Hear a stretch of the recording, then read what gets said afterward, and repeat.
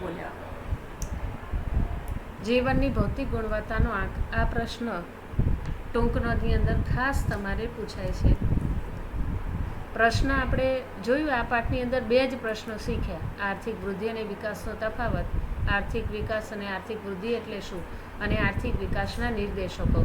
આપણે અહીંયા 4 નિર્દેશકોમાં એક નિર્દેશક ભણી ગયા, રાષ્ટ્રીય આવકને માથાદીઠ આવક. બીજો નિર્દેશક આપણે જોઈએ છીએ જેના સંદર્ભમાં આપણે જોઈએ કે જીવનની ભૌતિક ગુણવત્તાનો આંક, અને ત્યાર પછી આપણે જોઈશું માનવ વિકાસ આંક. તો રાષ્ટ્રીય આવક અને માથાદીઠ આવકના ખ્યાલો આપણે જોઈ ગયા આર્થિક વિકાસના નિર્દેશકોની અંદર. હવે જીવનની ભૌતિક ગુણવત્તાની અંદર આને PQLI તરીકે ઓળખવામાં આવે છે, ફિઝિકલ ક્વોલિટી લાઈફ ઇન્ડેક્સ તરીકે. રાષ્ટ્રીય આવક અને માથાદીઠ આવકનો વધારો આર્થિક વિકાસનો સાચો નિર્દેશક નથી. એની કેટલીક મર્યાદાઓ છે. એટલા માટે દેશની વધતી આવક ઉપર લોકોના હાથમાં કેન્દ્રિત થાય અને તે વિકાસ નથી. દેશનો વિકાસ કેવો હોવો જોઈએ કે જે ગરીબોના જીવન ધોરણને ઊંચું લાવે, નાગરિકોની પ્રાથમિક જરૂરિયાતોને સંતોષવામાં આવે. આ બાબતને ધ્યાન રાખીને મોરિસ ડેવિસ અથવા ડેવિસ મોરિસે જીવનની ભૌતિક ગુણવત્તાના આંકની રજૂઆત કરી. એ ટૂંકા પ્રશ્નમાં તમારે પૂછાય કે જીવનની ભૌતિક ગુણવત્તાના આંકની રચના કોણે કરી? તો ડેવિસ મોરિસે રજૂઆત કરી અને એને PQLI તરીકે ઓળખવામાં આવે. આ આંકમાં માનવ જીવનના ભૌતિક ગુણવત્તામાં સુધારાને આર્થિક વિકાસ તરીકે ગણવામાં આવે છે. હવે જીવનની ભૌતિક ગુણવત્તાની કક્ષા આર્થિક વિકાસની કક્ષા દર્શાવે છે. તો કોઈ એક દેશ કે રાજ્યના બીજા દેશ કે રાજ્યની તુલનામાં એ ભૌતિક ગુણવત્તા કેટલી ચડિયાતી છે એ દર્શાવવા માટે રાજ્યની અંદર આર્થિક વિકાસની કક્ષા કે સપાટીને નક્કી કરવામાં, એટલે એના 3 ધોરણો નક્કી કર્યા છે: શિક્ષણનું પ્રમાણ, અપેક્ષિત આયુષ્ય અને બાળ મૃત્યુ દર. તો આ ત્રણેય તમારે પહેલાં તો ટૂંકા પ્રશ્નમાં પૂછાય છે. તમને 2 ગુણમાં અને ટૂંકા પ્રશ્નમાં પણ પૂછે કે જીવનની ભૌતિક ગુણવત્તા એટલે શું, તેના ઘટકો કેટલા. તો જીવનની ભૌતિક ગુણવત્તા એટલે શું આપણે અગાઉ જોઈ ગયા, અને બીજું આપણે એમાં જોઈએ કે એના ઘટકો તો શિક્ષણનું પ્રમાણ, અપેક્ષિત આયુષ્ય અને બાળ મૃત્યુ દર. તો પહેલાં આપણે જોઈએ દેશમાં સાક્ષરતાનું પ્રમાણ એ શિક્ષણની સ્થિતિ દર્શાવે. દેશમાં શિક્ષણ મેળવેલી વસ્તીની ટકાવારીને આધારે શિક્ષણનું પ્રમાણ આપણે જાણી શકીએ. અપેક્ષિત આયુષ્ય કોને કહે કે બાળકના જન્મશયે કેટલા વર્ષનું આયુષ્ય ભોગવી શકશે એવી અપેક્ષાને આપણે શું કહીએ? અપેક્ષિત આયુષ્ય. આ ત્રણેય પ્રશ્નો બહુ અગત્યના છે ટૂંકા પ્રશ્નની અંદર. જે પ્રજાનું સરેરાશ આયુષ્ય પણ અહીંયા દર્શાવે છે, એટલા માટે એને અપેક્ષિત આયુષ્ય કહે. જો આયુષ્ય વધુ હશે તો આરોગ્યની સેવાઓ સારી છે એવું આપણે કહી શકીએ. બીજી વાત કરી છે બાળ મૃત્યુ દર. મેં તમને હમણાં જ વ્યાખ્યા આપી હતી, ફરી વ્યાખ્યા કહું છું કે જીવતા જન્મેલા દર 1000 જીવતા જન્મેલા બાળકોની સામે મૃત્યુ પામતા બાળકોનું પ્રમાણ અથવા એનું સંખ્યાને આપણે શું કહે છે? બાળ મૃત્યુ દર. જો બાળ મૃત્યુ દર ઘટે તો દેશમાં આરોગ્યની સગવડ સારી છે તેવું આપણે એના આધારે કહી શકીએ. એટલે એનું સૂત્ર આપ્યું છે. તમારે ટૂંકા પ્રશ્નમાં અને 2 ગુણમાં પૂછાય છે કે જીવનની ભૌતિક ગુણવત્તા એટલે શું, તેનું સૂત્ર આપો. તો PQLI બરાબર શિક્ષણનું પ્રમાણ વત્તા અપેક્ષિત આયુષ્યનો આંક વત્તા બાળ મૃત્યુનો આંક. આ જીવનની ભૌતિક ગુણવત્તાના 3 ઘટકો જો તમને આવડતા હોય ને તો તમને સૂત્ર આવડી જાય. PQLI એટલે જીવનની ભૌતિક ગુણવત્તા બરાબર આ 3 પોઈન્ટ લખવાના, જેમ કે શિક્ષણનું પ્રમાણ વત્તા અપેક્ષિત આયુષ્યનો આંક વત્તા બાળ મૃત્યુદરનો આંક. હવે આ 3 બાબતોને શા માટે મહત્વ અપાયું જીવનની ભૌતિક ગુણવત્તાની અંદર? તો એમાં પહેલી વાત કરીએ તો વિશ્વાસપાત્ર આંકડાઓ દરેક દેશમાં આપણને એના દ્વારા મળી રહેતા હોય છે. બીજું કે આ 3 નિર્દેશકો પ્રયત્નો નહીં પણ પરિણામ દર્શાવે છે, અને આ 3 બાબતો વસ્તુલક્ષી હોવાથી કામગીરીની તુલના પણ વ્યાજબી ધોરણે અહીંયા કરી શકાય છે. પહેલી વાત કરી છે શિક્ષણ, કે જીવનની ભૌતિક ગુણવત્તાનો મહત્વનો આમ શું છે? શિક્ષણ. હવે શિક્ષણનો વધારો વ્યક્તિના કલ્યાણનો વધારો દર્શાવે.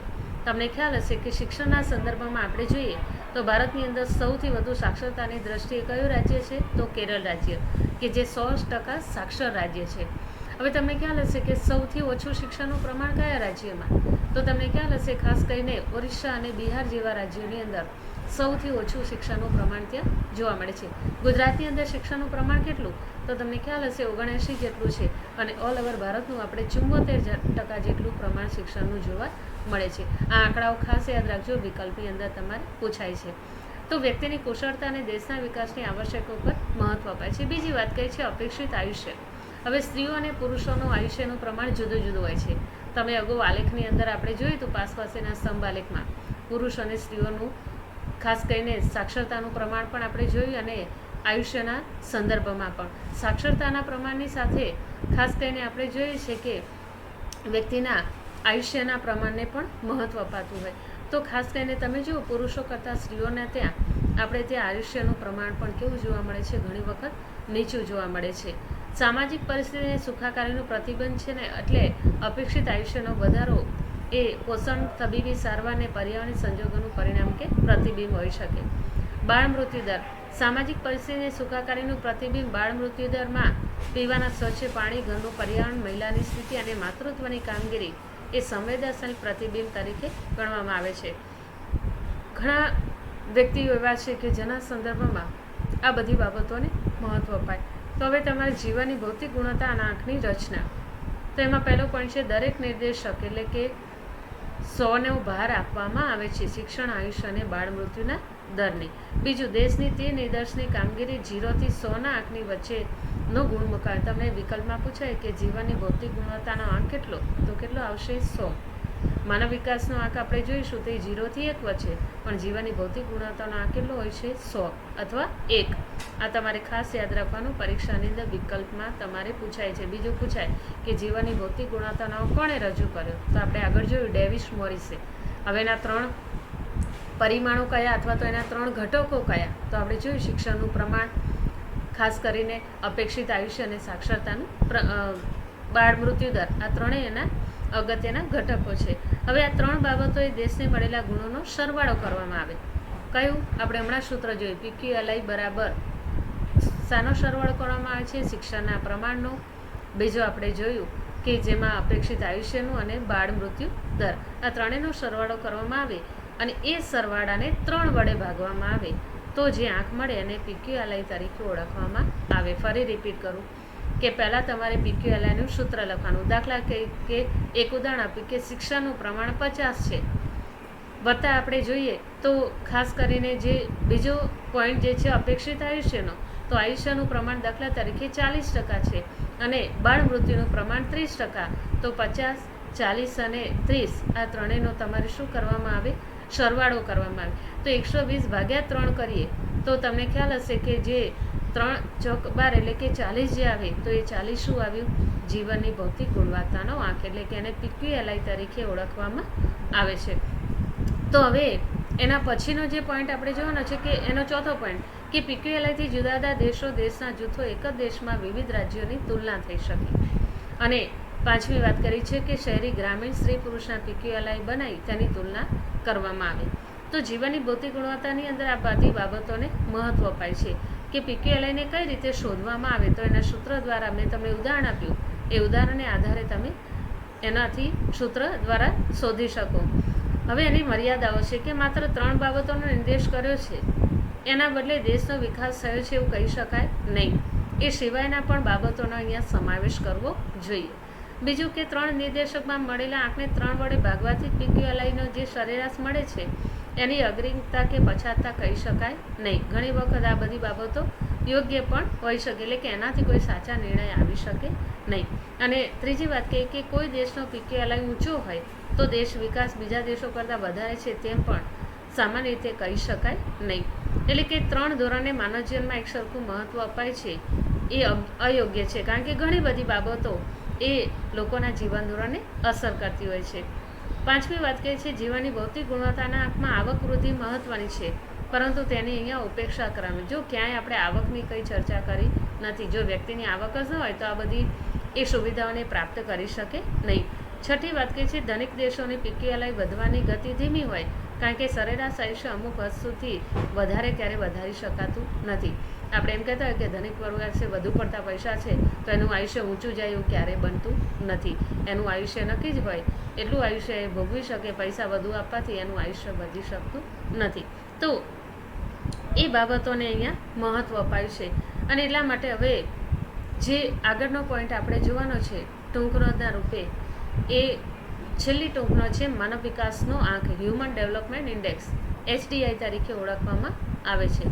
વિકાસનો અદ્યતન નિર્દેશક એટલે કે માનવ વિકાસ આંક 1990માં સંયુક્ત રાષ્ટ્ર વિકાસ કાર્યક્રમ UNDP, united national development programme દ્વારા માનવ વિકાસ અહેવાલ એટલે કે HDRને રજૂ કરવામાં આવ્યો. હવે અહીંયા તમારે વિકલ્પમાં પૂછાય છે કે માનવ વિકાસ આંક ક્યારે અને કોણે રજૂ કર્યો? તો શું આવશે? માનવ વિકાસ આંક 1990માં સંયુક્ત રાષ્ટ્ર વિકાસ કાર્યક્રમ કૌંસમાં એને યુએનડીપી તરીકે ઓળખવામાં આવે એણે રજૂ કર્યો. આ અહેવાલમાં શું છે તો વિકાસના માપદંડ તરીકે માનવ વિકાસ આંકનો રજૂ કરવામાં આવે છે. હવે એસડીઆઈમાં આર્થિક માપદંડની સાથે બિન આર્થિક માપદંડો પર વધુ ભાર મુકાયો છે અને એટલા માટે આ ભૂમિકામાં ભારતીય અર્થશાસ્ત્રનો ફાળો પણ જુદો છે. જુદા જુદા દેશોની અંદર વિકાસના પ્રયત્નોનું મૂલ્યાંકન કરી અને એનો આંક નક્કી કરવામાં આવે છે. 1990થી એસડીઆઈને માપવા જે વિવિધ ન્યૂનતમ મહત્તમ મૂલ્યો જે છે એમાં 2010ની અંદર એમાં થોડાક સુધારા કર્યા છે. હવે માનવ વિકાસ આંકના ઘટકો પહેલાં આપણે જોઈએ કે જે રીતે જીવનની ભૌતિક ગુણવત્તાના ઘટકો છે ને એ જ રીતે માનવ વિકાસ આંકના પણ ઘટકો છે. એસડીઆઈની અંદર 3 પરિબળોને ધ્યાનમાં લેવામાં આવે છે અને એટલા માટે અપેક્ષિત આયુષ્ય, શૈક્ષણિક સિદ્ધિઓ એટલે કે જ્ઞાન અને ત્રીજું છે જીવન ધોરણ. આ 3 એ શું છે જીવનની ભૌતિક ગુણવત્તાના મહત્ત્વના ઘટકો અથવા તો એના પરિમાણો. અપેક્ષિત આયુષ્ય, જો આપણે આગળ પણ આ પોઈન્ટ જોયો કે જન્મસમય વસ્તી વ્યક્તિ કેટલું આયુષ્ય ભોગવી શકે છે અને આપણે અપેક્ષિત આયુષ્ય કે જો 50 વર્ષથી ઓછું આયુષ્ય હોય તો તંદુરસ્તીથી એ વંચિત છે વ્યક્તિ એમ કહી શકીએ. માટે આયુષ્યનો આંક ઊંચો હોય તો જ સારી સ્થિતિ માનવામાં આવે. બીજું છે જ્ઞાનનું પ્રમાણ. જ્ઞાનનું પ્રમાણ જાણવા પુખ્ત શિક્ષિતોની ટકાવારીને મહત્ત્વ અપાય. તમને કદાચ ખ્યાલ નહીં હોય પણ શિક્ષણના સંદર્ભમાં ભારત સિવાય વિકસિત દેશોની અંદર તો એવું કહેવાય છે કે ત્યાં બાળકને 15 વર્ષથી વધુ વયની ઉંમરની વ્યક્તિના અક્ષર જ્ઞાનને ત્યાં મહત્ત્વ અપાય છે. આપણે ત્યાં તો બાળક 2 કે 3 વર્ષનું થાય એટલે શાળાએ મૂકી દેવામાં આવતું હોય છે. અભ્યાસનો સાચો ખરેખર એનો સમયગાળો 7 વર્ષ પછી એટલે કે 8મા વર્ષથી થતો હોય પણ આપણે ત્યાં તમે જો 3 વર્ષનું બાળક થાય ત્યારે અભ્યાસમાં મૂકવામાં આવે એટલે જ્યારે સાચું એને શિક્ષણ મેળવવાનું હોય ત્યારે એનાથી એની અરુચિ થતી જોવા મળે છે. જ્યારે વિકસિત દેશોની અંદર કેવું છે કે શરૂઆતમાં જે શિક્ષણ અપાય છે માત્ર એને કોઈ પણ વસ્તુઓને બતાવી અને શિક્ષણ આપવામાં આવે છે. કોઈ ગોખણપટ્ટીને ત્યાં મહત્ત્વ હોતું નથી. જ્યારે આપણે ત્યાં મોટે ભાગે આ બધી બાબતોને કારણે આજે શિક્ષણનું સ્તર નીચું જતું જાય છે. આપણી જે શૈક્ષણિક પ્રણાલી છે એ શિક્ષણની સુવિધાઓની સાથે જે શિક્ષણ જે છે એ માત્ર પુસ્તકીય જ્ઞાન છે એવું કહી શકાય. એને વ્યવહારિક જ્ઞાન વ્યક્તિમાં ક્યારેય હોઈ શકતું નથી. એટલા માટે અહીંયા કહીએ તો 2 બાબતોને મહત્ત્વ અપાય છે કે સ્કૂલ સમય દરમિયાન સરેરાશ વર્ષ અને સ્કૂલના અપેક્ષિત વર્ષો દેશમાં શાળા કક્ષા માટે કેટલા વર્ષે અપેક્ષિત છે એ બાળકના શાળામાં સરેરાશ કેટલા વર્ષે ગાળે છે તેનો આંક અહીંયા મેળવવામાં આવે છે.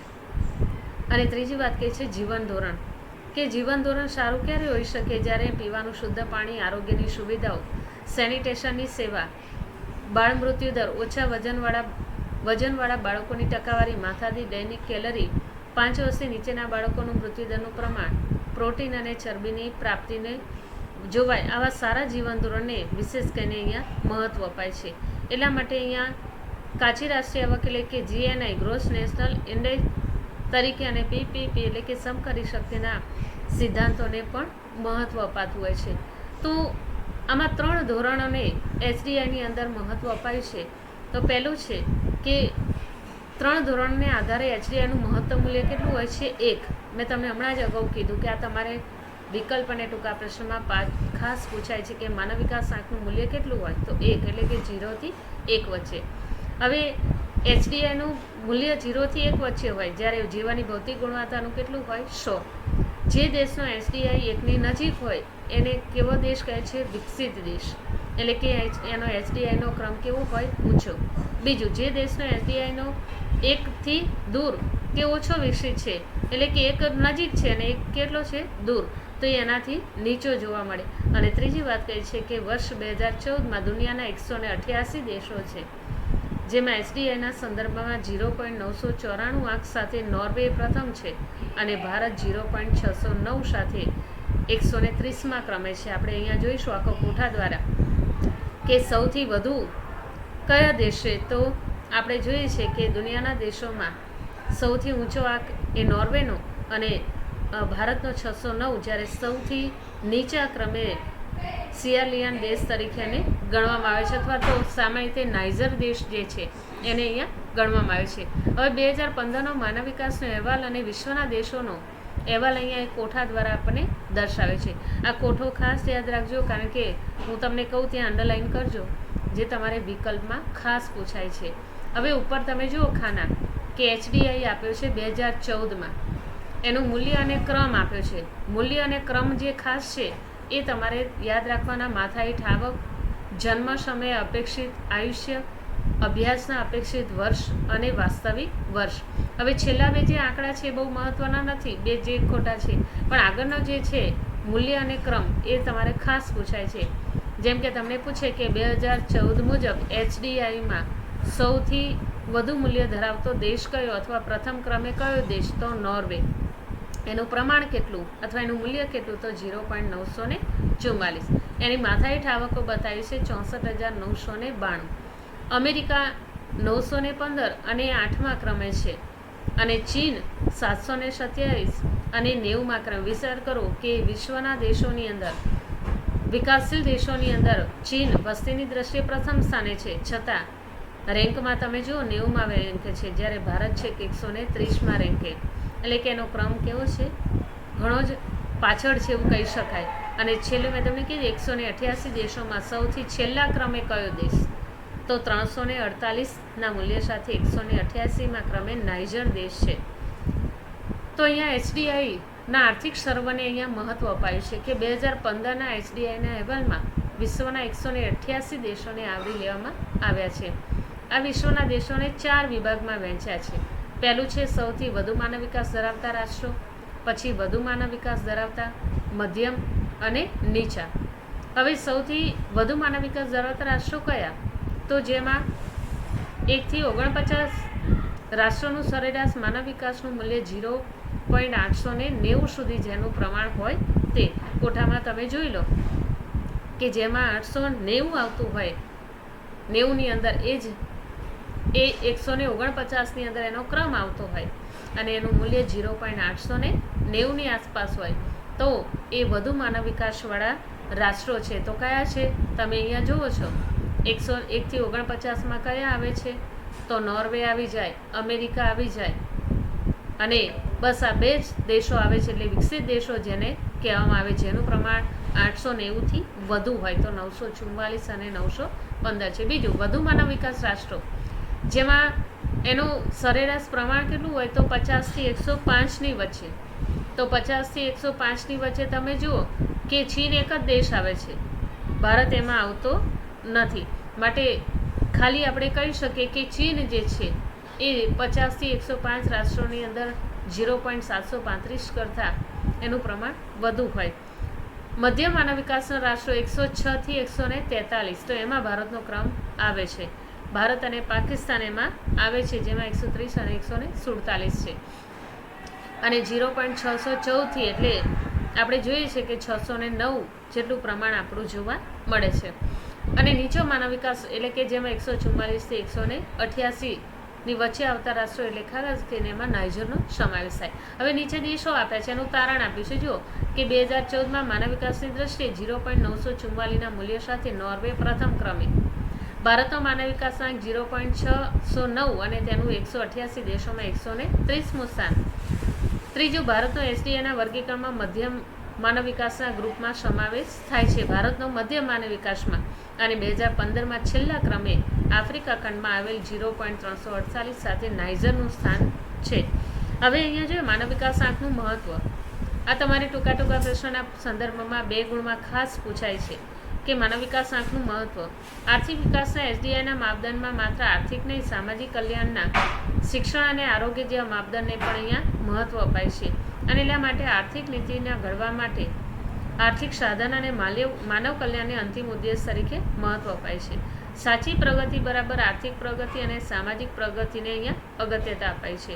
આ HDIનો આંક કેવો છે, વિધેયાત્મક છે. આ તમારે વિકલ્પમાં પૂછાય કે HDIનો આંક કેવો છે, તો વિધેયાત્મક. HDI વધે તો દેશમાં શિક્ષણ અને આરોગ્યની સ્થિતિ સુધરી છે. અને આ વિકાસમાં દેશો કયા વિકાસની શક્યતા વધારે, કયા સરકારે વધારે કામ કરવાનું છે તેનો પણ અહીંયા ખ્યાલ આવે છે. હવે HDIનો આંક વધારે પ્રગતિશીલ ખ્યાલ છે. હવે છેલ્લો પોઈન્ટ પાઠનો કે એની મર્યાદા કઈ, HDIની મર્યાદાઓ જણાવો. તમારે 2 ગુણમાં પૂછાય. તો HDIમાં માત્ર 3 જ સામાજિક નિર્દેશકોનો સમાવેશ કરાયો છે, જે બીજા સામાજિક નિર્દેશોનો સમાવેશ કરવો જોઈતો હતો. બીજું કે 3 પરિબળનું સરખું મહત્ત્વ અપાયું છે. 3ની જુદી જુદી પરિસ્થિતિમાં જુદું જુદું મહત્ત્વ હોવું જોઈએ અને માનવ વિકાસ આંકની નિરપેક્ષ સ્થિતિ દર્શાવતો નથી. કોઈ એક દેશ અન્ય દેશની તુલનાએ કયા સ્થાને છે તે દર્શાવવામાં આવે છે, જેમાં સાપેક્ષ પ્રગતિને મહત્વ અપાય છે. હવે એલડીઆઈ ઉપરાંત ઘણા બધા નિર્દેશકોનો ઉપયોગ થયો છે અહીંયા, જેમ કે જીડીઆઈ, ટીએઆઈ અને એચપીઆઈ અને એચસીઆઈ. આ બધા જુદા જુદા આંકો છે. આ આંકો વિશે આપણે કંઈ ભણવાનું નથી, પણ આ અન્ય નિર્દેશકોનો પણ અહીંયા ઉપયોગ કરવામાં આવે છે. તો બીજો પાઠ આપણે પૂરો થાય છે. આર્થિક વૃદ્ધિ અને આર્થિક વિકાસના સંદર્ભમાં આર્થિક વિકાસના નિર્દેશકો 3 આપણે જોયા. આ 3 કડકડાટ લખી અને તૈયાર કરી જ નાખવાના, કારણ કે એમાંથી વિકલ્પ, ટૂંકા પ્રશ્નો, 2 ગુણના અને 3 ગુણના પ્રશ્નો સૌથી વધુ પૂછાય છે. એટલે આ પાઠ બહુ અગત્યનો છે, તમારે તૈયાર કરી નાખવાનો. કદાચ આપણી આ પરીક્ષા આવે તો એની અંદર 1 થી 2 પહેલો ને બીજો પાઠ પૂછાય તો આ પાઠમાંથી સૌથી વધુ MCQ, ટૂંકા પ્રશ્નો બધું નીકળી શકે એમ છે. એટલે સૌથી વધુ તમારે આ 2 પાઠના સંદર્ભમાં બીજા પાઠની અંદર તમારે ખાસ તૈયાર કરવાનો રહેશે. અસ્તુ. જય શ્રી કૃષ્ણ.